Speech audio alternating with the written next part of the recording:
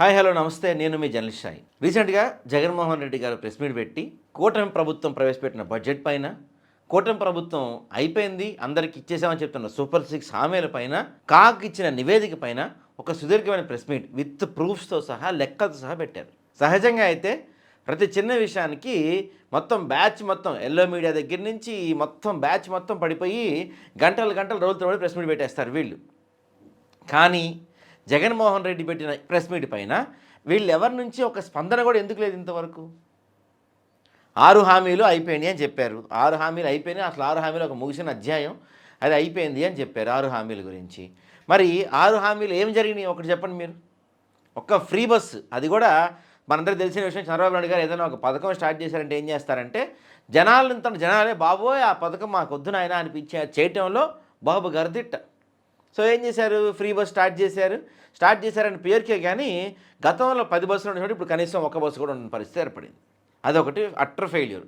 తర్వాత 18 సంవత్సరాలు నిన్న ప్రతి ఒక్క మహిళకి నెలకి 1500 రూపాయలు చొప్పున సంవత్సరానికి 18,000 రూపాయలు ఇస్తా అని చెప్పారు. ఇప్పుడు మీరు ప్రభుత్వం స్థాపించి దాదాపుగా 22 నెలలు గడుస్తుంది, ఇంతవరకు రూపాయి ఇచ్చింది లేదు. గ్యాస్ సిలిండర్ కావచ్చు, రైతు భరోసా కావచ్చు, రుణమాఫీ కావచ్చు, మీరు చెప్పింది ఏది కూడా ఒక్కటి కూడా పూర్తి చేయలేకపోయారు. ఒక్కటి కూడా కనీసం ఆచరణలో పెట్టలేకపోతున్నారు.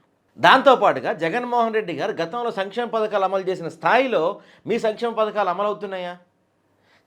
దేశ చరిత్రలో ఏ నాయకుడు చేయని విధంగా డీబీటీ అంటే డైరెక్ట్గా బ్యాంక్ ట్రాన్స్ఫర్ అని చెప్పి తీసుకొచ్చారు. అంటే లబ్ధిదారులు ఎవరైతే ఉన్నారో, ఉదాహరణకి తల్లికి వందనం కావచ్చు, లేకపోతే ఆటో డ్రైవర్లకు కావచ్చు, రైతులకు కావచ్చు, పెన్షన్దారులకు కావచ్చు, ఎవరికైనా సరే డైరెక్ట్ బెనిఫిషియరీ ట్రాన్స్ఫర్ ఉండేదన్నమాట. అంటే వీళ్ళు లబ్ధిదారులు, వీళ్ళు అర్హులు అన్న ప్రతి ఒక్కళ్ళకి అకౌంట్లు డైరెక్ట్గా పడిపోయే విధంగా ఆయన జగన్మోహన్ రెడ్డి ప్రభుత్వంలో జరిగింది.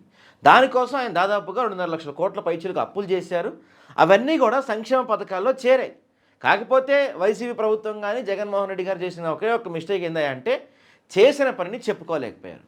మీలాగా చేయని పనిని కూడా గంటలు మీ ఎల్లో మీడియాలో కావచ్చు, మీ యొక్క సోషల్ మీడియాలో చేయని పని కూడా గంటలు చెప్పుకోవటంలో సిద్ధహస్తులైన మీరు, జగన్మోహన్ రెడ్డి గారు ఏంటంటే చేసి కూడా, అంటే ఆయన ఏమనుకున్నారంటే సంక్షేమం చేస్తున్నాం కదా, మనం సంక్షేమ పథకాలు సక్రమంగా అమలు చేస్తున్నాం కదా, చేసేవి చెప్పుకోవాల్సిన అవసరం ఏముంది అనుకున్నారు. కానీ ఆయనకి తెలియదా వెనకాల నుంచి మీ కుట్రలు ఇవన్నీ కూడా. మీరు చేయనివి చెప్పడంలో సిద్ధహస్తులు. వైసీపీ ఏమైందంటే చేసినవి కూడా చెప్పుకోవడంలో కొంత వెనకబడింది. కానీ ప్రజలు అన్ని విషయాలు గమనిస్తూ ఉంటారు కదా. మీ ప్రభుత్వం స్థాపించి 21 నెలలైంది. 21 నెలల్లో గతంలో ఉన్న పథకాలు ఏంటి, ఇప్పుడున్న పథకాలు ఏంటి, గతంలో చేసిన అప్పు ఎంత, ఇప్పుడు చేసిన అప్పు ఎంత, గతంలో ప్రజలకు ఏ విధంగా డైరెక్ట్గా బెనిఫిషియరీ అయి ఉండేది, ఇప్పుడు ఏ విధంగా వస్తుంది, వీటన్నిటినీ ప్రజలు ఆలోచించుకుంటారు, ప్రజలు బేరీజు వేసుకుంటారు. ఎన్నికలకు ముందు ఎన్నో కబుర్లు చెప్పారు మీరు. మేము అంత చేస్తాం, మేము ఎంత చేస్తాం, మేము అట్లా, మేము ఇట్లా అని చెప్పి ఎన్నో కబుర్లు చెప్పి పవన్ కళ్యాణ్ని అడ్డం పెట్టుకొని బీజేపీతో చేతులు కలుపుకొని మీరు ఒక కూటమి ఫామ్ చేశారు.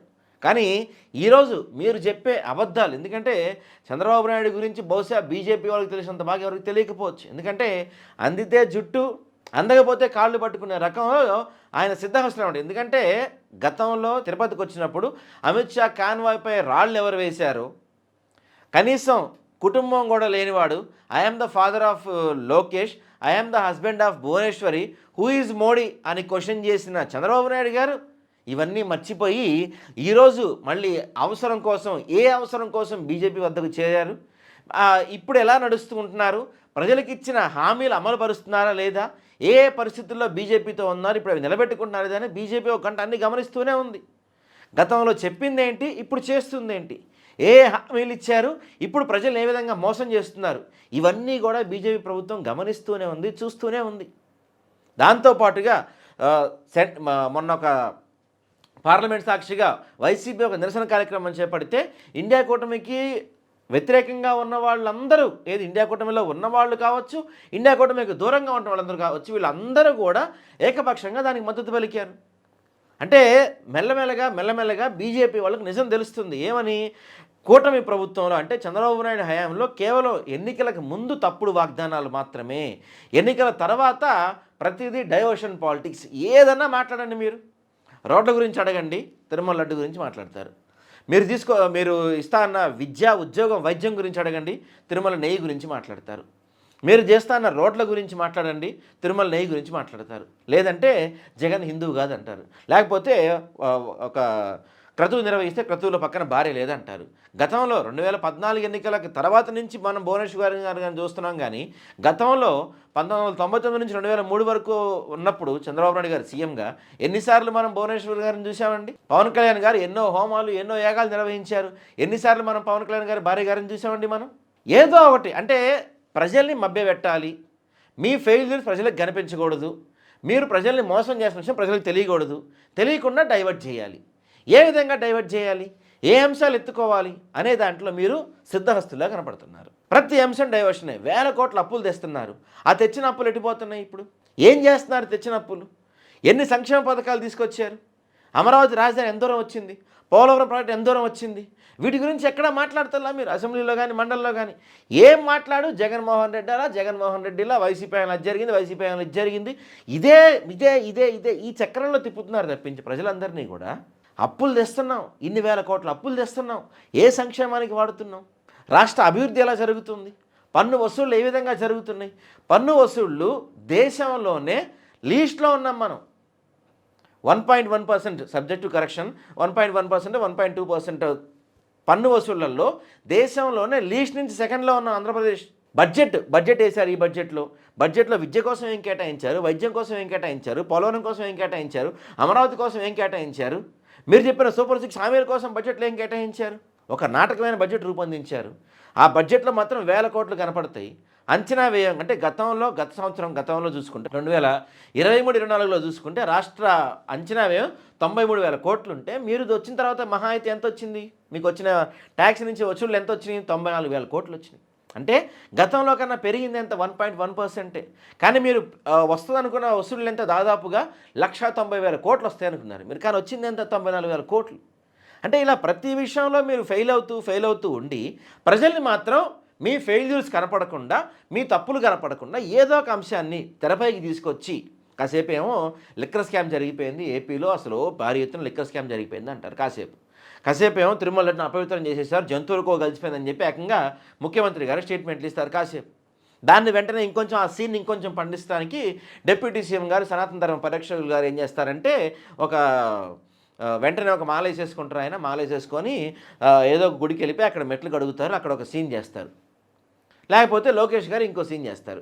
ఇదంతా ఏంటంటే ప్రజల్ని డైవర్ట్ చేయాలి.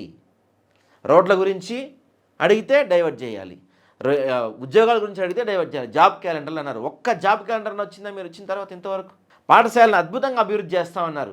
రాష్ట్రంలో దాదాపుగా 11,000 బీసీ హాస్టల్స్ ఉన్నాయి. ఒక్క బీసీ హాస్టల్ పరిస్థితి అన్నా కనీసం ఒక మాదిరిగా అన్నా ఉందా? అత్యంత దారుణంగా ఉన్నాయి కదా మొత్తం రాష్ట్రంలో అన్ని పరిస్థితులు. ఏదన్నా మీ 21 నెలల హయాంలో ఈ రంగం బాగుంది, ఈ రంగం డెవలప్ అయింది, ఈ రంగం ముందుకెళ్ళింది, ఈ రంగంలో మనం అభివృద్ధి సాధించాం, ఇన్ని 1000 కోట్ల పెట్టుబడులు తీసుకొచ్చాం, దావోస్ వెళ్ళి మనం ఎరగదీశాం, లేకపోతే సెంట్రల్ నుంచి మనం ఇన్ని కోట్ల నిధులు తెచ్చుకున్నాం అని చెప్పి ఒక్కటన్నా మీరు చెప్పగలుగుతున్నారు ఇంతకాలంలో? 21 నెలల కాలంలో ఎన్ని బడ్జెట్లు వేశారు? ఈ బడ్జెట్ దావోస్ ఎన్నిసార్లు వెళ్ళారు? సెంట్రల్ బడ్జెట్ ఎన్నిసార్లు వచ్చింది? ఈ బడ్జెట్లో మీరు ఏం తెచ్చారు? అమరావతికి ఏం తెచ్చారు? పోలవరానికి ఏం తెచ్చారు? రాష్ట్ర అభివృద్ధి కోసం ఏం తెచ్చారు?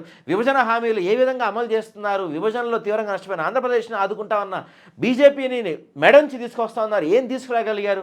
వైజాగ్ స్టీల్ ప్లాంట్కి కావచ్చు, లేకపోతే వైజాగ్కి స్పెషల్ రైల్వే జోన్ విషయం కావచ్చు, అమరావతికి రాజధాని హోదా కల్పిస్తూ చట్టం కావచ్చు, ఏ విషయంలో మీరు సక్సెస్ కాగలిగారు? ఒక్కటైనా మీరు సక్సెస్ కాగలిగారు? ఒక్క విషయమైనా మీరు ముందుకెళ్ళగలిగారా? ప్రతి విషయంలో మీరు మీ తప్పు ఒప్పుల్ని కప్పించుకోవడానికి డైవర్షన్. ప్రజలు చూస్తున్నారు, కేంద్ర అధినాయకత్వం చూస్తుంది, వీళ్ళందరూ గమనిస్తూ ఉన్నారు.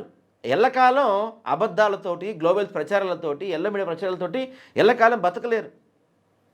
ప్రజల నుంచి ఒక మెప్పు రావాలి, ప్రజల మెప్పు గెలుచుకోవాలి, ప్రతి విషయంలో ప్రజలకు అందుబాటులో ఉండాలి, ప్రజలతో కలవాలి. దాచుకోవడానికి మాత్రమే ఈ మంత్రులు కానీ ఎమ్మెల్యేలు అందరూ పనిచేస్తున్నట్టు కనపడుతుంది. ఒక్క చోటైనా సంక్షేమ పథకాల విషయంలో కావచ్చు, పేద ప్రజల విషయంలో కావచ్చు, ఏ విషయంలో మీరు ముందుకెళ్తున్నారు? ఏ విషయంలో మీరు ప్రజలకు అందుబాటులో ఉంటున్నారు? విద్య విషయంలో ఉంటున్నారా? వైద్యం విషయంలో ఉంటున్నారా? అత్యంత దారుణంగా ఉన్నాయి రాష్ట్రంలో విద్యా వైద్యం విషయంలో. వీటి విషయంలో అసలు బడ్జెటే లేదు. వీటికి 6%, 7% బడ్జెట్ ఇస్తున్నారు విద్య కోసం, వైద్యం కోసం. మీరు ఏమన్నా మాట్లాడాలంటే మాత్రం మళ్ళీ కేసులు పెట్టేస్తారు. ప్రతిదానికి జగన్మోహన్ రెడ్డి అంటే జగన్మోహన్ రెడ్డి ఇట్లా అని. ప్రతిదీ కూడా కేంద్ర నాయకత్వం గమనిస్తూ ఉంది. ప్రతిదీ కూడా బీజేపీ గమనిస్తూ ఉంది. మీ యొక్క ఎలక్షన్స్కి ముందు చెప్పిన మాటలేంటి, ఎలక్షన్స్ తర్వాత చెప్తున్న మాటలేంటి, ఎలక్షన్స్కి ముందు ఏమి హామీలు ఇచ్చారు, ఎలక్షన్స్ తర్వాత ఏమి హామీలు అమలు చేస్తున్నారు, ఇవన్నీ కూడా ప్రజలు గమనిస్తున్నారు. కేంద్ర అధినాయకత్వం గమనిస్తుంది. బీజేపీ నాయకత్వం గమనిస్తుంది. ఖచ్చితంగా మీ యొక్క వైఫల్యాలు ప్రజలు ఎండగట్టే రోజు దగ్గరలోనే ఉంది.